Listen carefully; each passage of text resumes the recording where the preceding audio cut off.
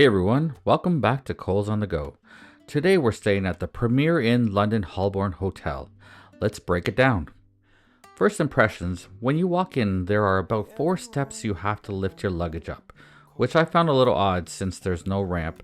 They do have a wheelchair lift, but you need a key to use it. When we first checked in, there was no one at the front desk. We noticed this was a common theme during our stay, as staff always work in the restaurant downstairs. There is a button you can press to call someone to the desk, so help is available, just not always immediately. This hotel is very basic, with no extra amenities beyond the restaurant in the basement. There are vending machines on site if you forgot something or need a quick snack. The room itself is large, with plenty of space to move around.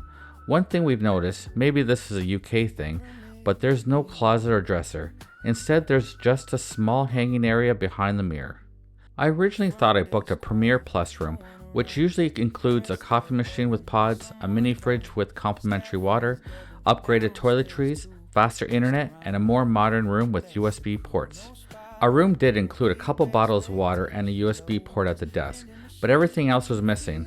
About halfway through our stay, the slow internet really stood out, and that's when I started questioning it. The basic Wi-Fi is very slow. Since the email confirmation didn't mention Premier Plus, I just let it go. Overall, the hotel served its purpose. We stayed for 5 days, the room was clean, everything worked properly, and there was plenty of space. Would we stay there again? Honestly, the price makes it hard to say no. It is much cheaper than most mainstream hotels in London. Next time though, I'll definitely make sure I book the Premier Plus, because the upgrade internet and having a fridge to keep things cold would be worth it.